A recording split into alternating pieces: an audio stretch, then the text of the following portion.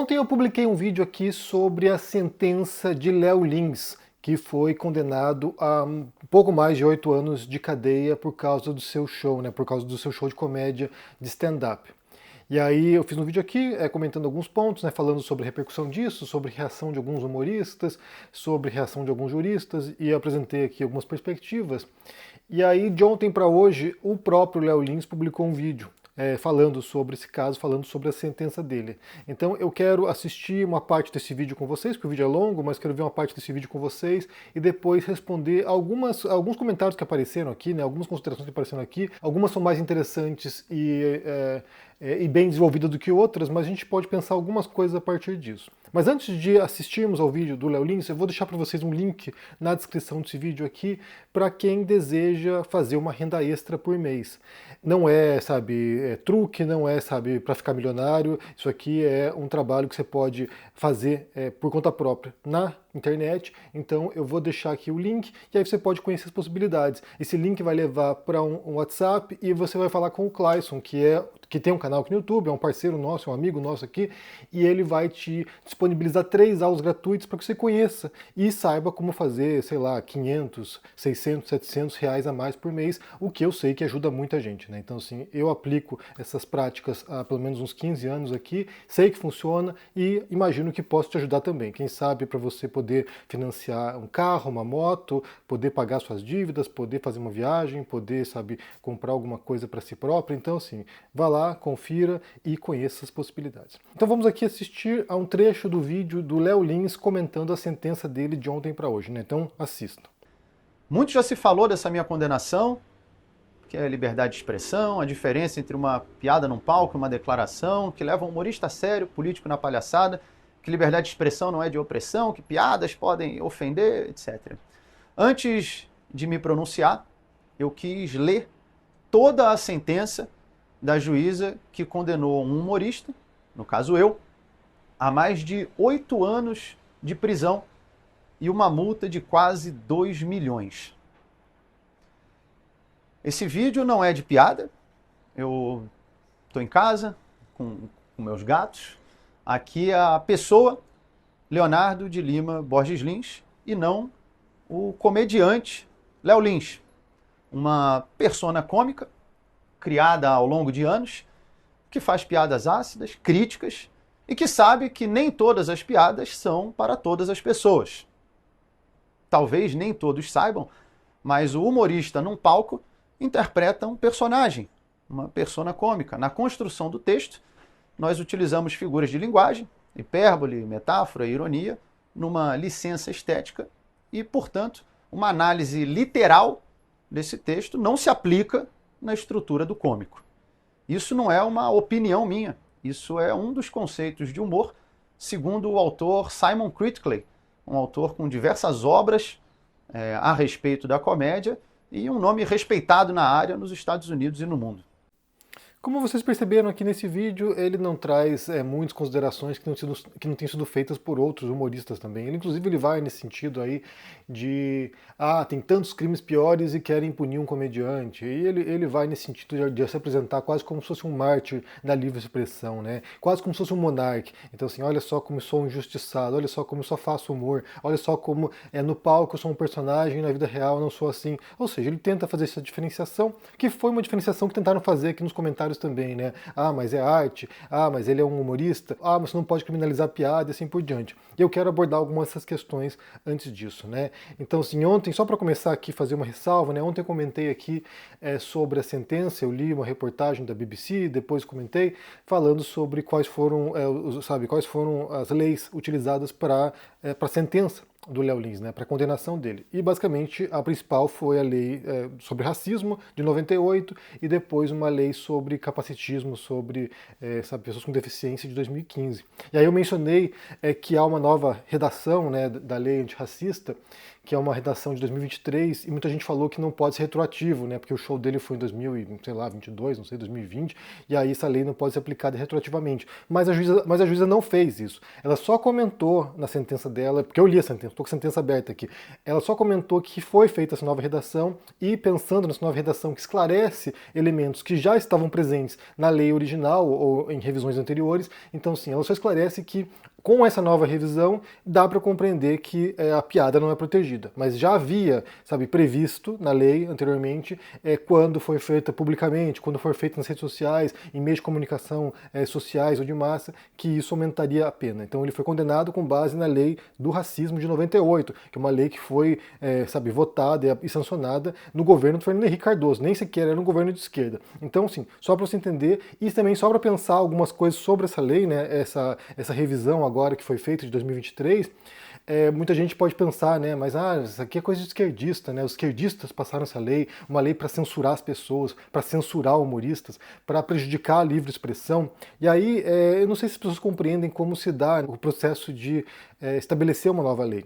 Porque aqui vamos falar um pouquinho sobre como funciona a democracia, né, a República Brasileira representativa.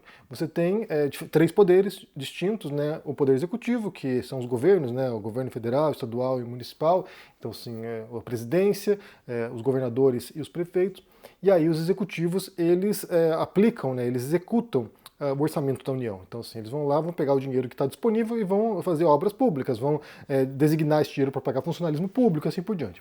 E aí você tem o legislativo, que é a instância que faz as leis, que elabora as leis. E aí você tem ali, sabe, centenas de representantes eleitos, eleitos por vocês, por nós, né, eleitores, cidadãos. Esses representantes, eles são responsáveis por, sabe, analisar o contexto da sociedade e ver se a Constituição ou as leis precisam ser revisadas ou elaborar novas leis. E aí é um processo demorado pra caramba, não é uma coisa assim que, lá um esquerdista maluco vai lá e propõe uma lei, daí outros esquerdistas malucos aplaudem e pronto, a lei está sendo aplicada. Não, nesse caso dessa lei aqui, dessa revisão, né, na verdade da lei do racismo, que foi chamada de lei anti-piada, mas né, é uma lei sobre racismo recreativo, isso foi debatido durante muito tempo e foi só sancionado durante o governo Lula, mas os debates se deram durante o governo Bolsonaro. E se você olhar, né, a votação, porque o que acontece? A lei ela é debatida, ela é proposta e debatida na Câmara dos Deputados, porque você tem essa estrutura bicameral, né, então você tem Câmara dos Deputados e Senado, é votado na Câmara dos Deputados, a lei depois sobe para o Senado, na qual ela também é votada e depois retorna para a Câmara dos Deputados para aprovação. Então é um processo que é demorado. Algumas leis demoram anos para serem, sabe, debatidas, tramitadas e aprovadas. Então há essa revisão e ela foi proposta, pasmem, não foi por um esquerdista, foi proposta por alguém de direita, por uma deputada do Partido Republicanos.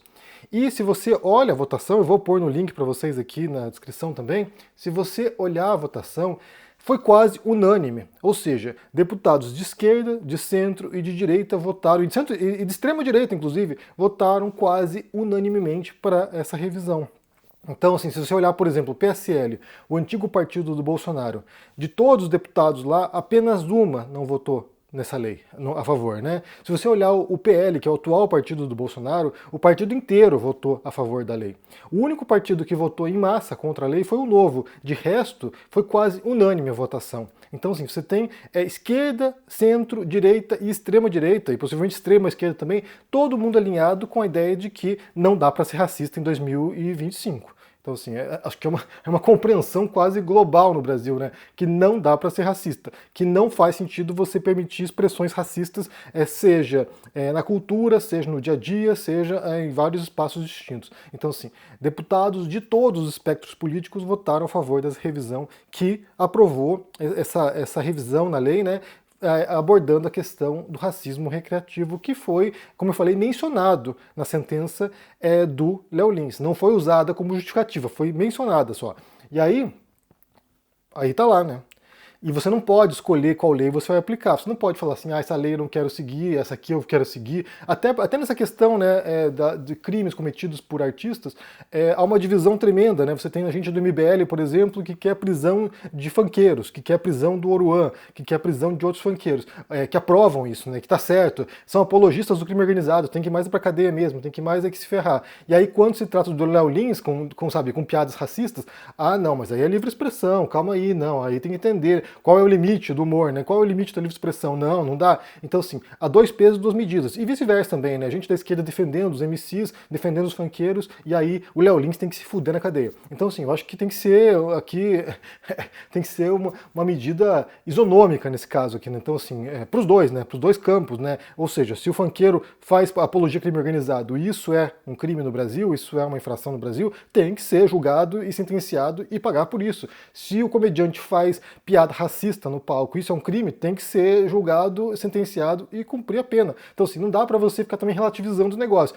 Se é lei, cumpra-se. Se você discorda da lei, aí a gente opera no interior da democracia como ela funciona. Você vai votar em representantes na próxima eleição, representantes que você acha que estejam mais alinhados com seus ideais e torcer para que outras pessoas também façam isso, de modo que você mude a composição do Congresso para que entrem deputados que vão propor leis ou revisão dessas leis de modo a se alinhar com aquilo que você imagina, aquilo que você acha que é o correto. E essa é a beleza e a tragédia da democracia, porque você vai ter pessoas em espaços de poder com as quais você discorda tremendamente, e você acha que é injusto que elas estejam lá, que elas determinem os rumos do país, e você vai ter leis que te parecem injustas, embora isso também represente mudanças de consciência, mudanças de percepção social, mudanças de condições, de contexto também. As leis vão mudando para se adequarem aos novos tempos, né?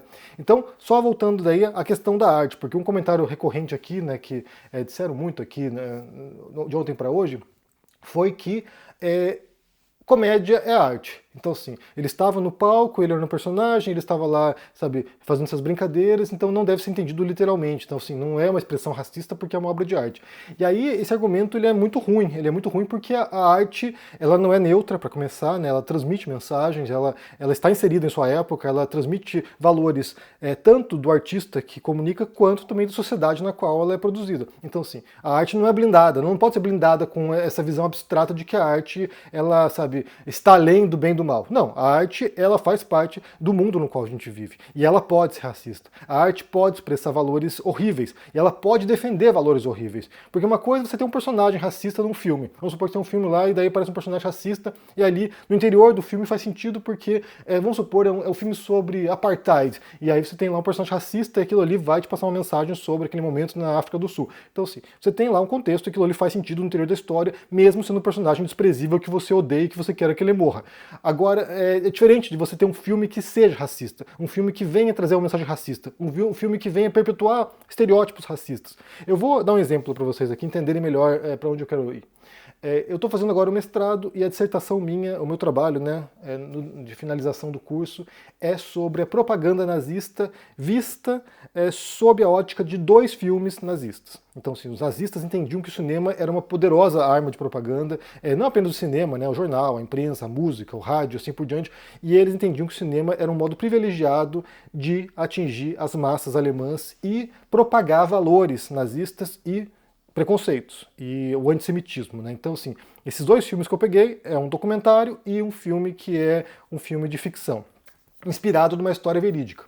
E aí, quando você olha o filme de ficção, ele foi muito mais bem sucedido na época, né, isso anos 40, ele foi muito mais bem assistido e mais aplaudido e mais, e mais influente na sociedade alemã do que o documentário, porque ele falava com uma linguagem que era mais sutil, ou seja, ele não era tão explícito como era o documentário. O filme se chama Jud Süß, que é um filme sobre um personagem, né, era um banqueiro judeu histórico, que era o Süß Oppenheimer, e o Süß Oppenheimer ele foi se tornar o conselheiro de um duque, que era o duque Karl von Alexander. E aí ele se torna o banqueiro desse duque. E aí a história, ela já existia, uma história verídica, como eu falei, né? E já havia adaptações prévias dessa história. Nessas adaptações prévias da história, havia uma crítica ao antissemitismo, porque o Süß Oppenheimer, ele se envolve por muitas questões naquele momento e ele acaba sendo condenado à morte no final. Então aqui eu estou dando spoiler da história, mas é uma história verídica, real, histórica, então não tem problema. E ele é condenado à morte. Então, em outras versões prévias, isso era visto como uma expressão de antissemitismo. Porém, quando os alemães fazem o filme, o Jud Süß, eles fazem de modo a reforçar o antissemitismo. Ou seja, ele foi morto porque ele era um judeu e os judeus fazem parte de uma conspiração global para prejudicar a raça alemã. Então, assim, os judeus são essa praga que se infiltra na sociedade, são manipuladores, sabe, são inescrupulosos, são abusadores de mulheres, são, sabe, tudo tem de mal. Então, assim, ele foi morto como consequência dos atos dele por ser dessa raça desprezível. E aí, esse filme, assim como outros filmes da propaganda nazista, eles serviram para perpetuar esses estereótipos. E aí a pergunta que eu me fiz nesse trabalho foi: esses filmes, eles serviram para radicalizar os alemães, ou seja, tornar os alemães mais, sabe, antissemitas, ou transformar alemães que eram indiferentes em antissemitas. E aí, ao longo do trabalho, né, foi chegando à conclusão que, na verdade, os dois, né, em parte, radicalizou quem já era antissemita, em parte, transformou algumas pessoas que não eram antissemitas em pessoas que odiavam judeus, mas o principal efeito, né, o mais perceptível, foi a dessensibilização das pessoas. Ou seja, a perpetuação dessa mensagem antissemita fazia com que pessoas que não eram antissemitas, pessoas que não eram radicais nazistas, elas deixassem de se importar com o destino dessas pessoas, deixassem de se preocupar com o futuro dos judeus. Ou seja, elas simplesmente lavavam as mãos. Bem, se são essas pragas, se são esse mal social, se de fato eles fazem parte dessa conspiração, então assim, para mim tanto faz. Se eles forem deportados, se eles forem mortos, se eles desaparecerem da Alemanha, dá igual, tanto faz. E aí, você observa aqui como uma obra de arte, né, e o filme é muito bem feito, não dá para negar que seja uma obra de arte. O filme é muito bem feito, muito bem construído, a atuação é muito convincente. Você pega um filme que é uma obra de arte e ele tem uma mensagem explícita de propagação de ódio. Tem uma mensagem explícita de instigar a população alemã a ou odiar os judeus ou simplesmente ser indiferentes ao destino dos judeus, que era o projeto, né, nazista, ou deportar essa galera ou matar o pessoal. E agora vai falar que aquilo ali, por ser uma obra de arte, está blindada, não pode ser criticada, não pode ser questionada, não pode ser vista como parte de uma engrenagem de desumanização de um segmento enorme da população alemã? Não, não dá, não dá. Você tem que entender aquilo ali como uma ferramenta que havia dentro de uma propaganda, dentro de uma máquina de desumanização de um segmento. Então, assim, a gente não pode menosprezar o impacto que a cultura tem na construção simbólica do imaginário coletivo. Isso foi feito durante muito tempo. E aí entra num outro aspecto, que daí entra no aspecto do Léo Lins, né? Então, assim, o Léo Lins, ele é racista, a mensagem dele é racista, o que ele está fazendo ali é racista. E aí a gente tem que olhar a sentença, né? Porque uma das dúvidas ali, né, que você pode levantar num processo como esse, criminal, é se havia intenção de ser racista, é se havia intenção de ofender certos grupos, de ofender os negros, de ofender minorias, sabe, como gordos, como pessoas com deficiência, outras minorias. E aí, aqui na sentença, tem uns trechos aqui para mostrar como ele tinha consciência, assim, do que estava fazendo, né? Então, por exemplo, aqui, ela pegou trechos do vídeo do Léo Lins, que foi depois para a internet. Por exemplo, sou gordo, adoro comer e não gosto de fazer exercício. Fala do Léo Lins, né? Como vou emagrecer? Pegando AIDS. Você não adora comer de tudo? Sai comendo gay sem camisinha, uma hora dá certo. Essa piada pode parecer um pouco preconceituosa, porque Então, assim, ele tem consciência de que a piada é preconceituosa. Ele tem consciência de que está ofendendo gordos e gay, na mesma piada. Na mesma piada. Prossegue aqui. Eu juro, outro trecho. Eu juro pra vocês. Eu juro que quando pensei nessas piadas, pensei, e se algum dia um gordo ficar puto comigo? Bom, aí eu corro, dá risada, né? Ele dá risada. E se ele estiver me alcançando, eu jogo uma coxinha no chão. Coxinha, coxinha. Então, assim, ele sabe que muita gente ia se ofender. Ele, não é uma coisa que ele sabe, ele não tinha uma coisa abstrata. Será que alguém vai ouvir essas piadas e vai ficar chateado comigo? Não, ele sabia que tinha pessoas que iam se chatear e aí faz piada com isso. Outro trecho. Se tiver algum anão aqui, no final do show a gente estoura. Mais um processo. Pelo menos vai ser de pequenas causas. Outro trecho. Tudo hoje pode dar problema. Uma vez eu fiz uma piada sobre lábio leporino. Porra, apareceu a associação dos lábios leporinos, todos me xingando. E eu fechei os comentários. Eles acharam uma fenda. Essa é de letra. Piscou, perdeu. Aí, outro comentário. Eu mando uma mensagem, ele não responde. Eu converso e ele não olha para mim. É um padre artista ou um padre autista? Daí, mais adiante. Apareceu a Associação dos Autistas do Brasil. Uma mãe mandou uma mensagem para mim. Eu falei, vou fazer igual o seu filho e te ignorar. Já está acostumada mesmo. Então, assim, tem outros trechos aqui, né? Então, assim, ele tinha clara consciência de que estava ofendendo muita gente. E aí, entra, né, nesse aspecto do impacto que isso tem, né? Qual é o propósito, qual é o objetivo dele, para onde ele quer levar isso?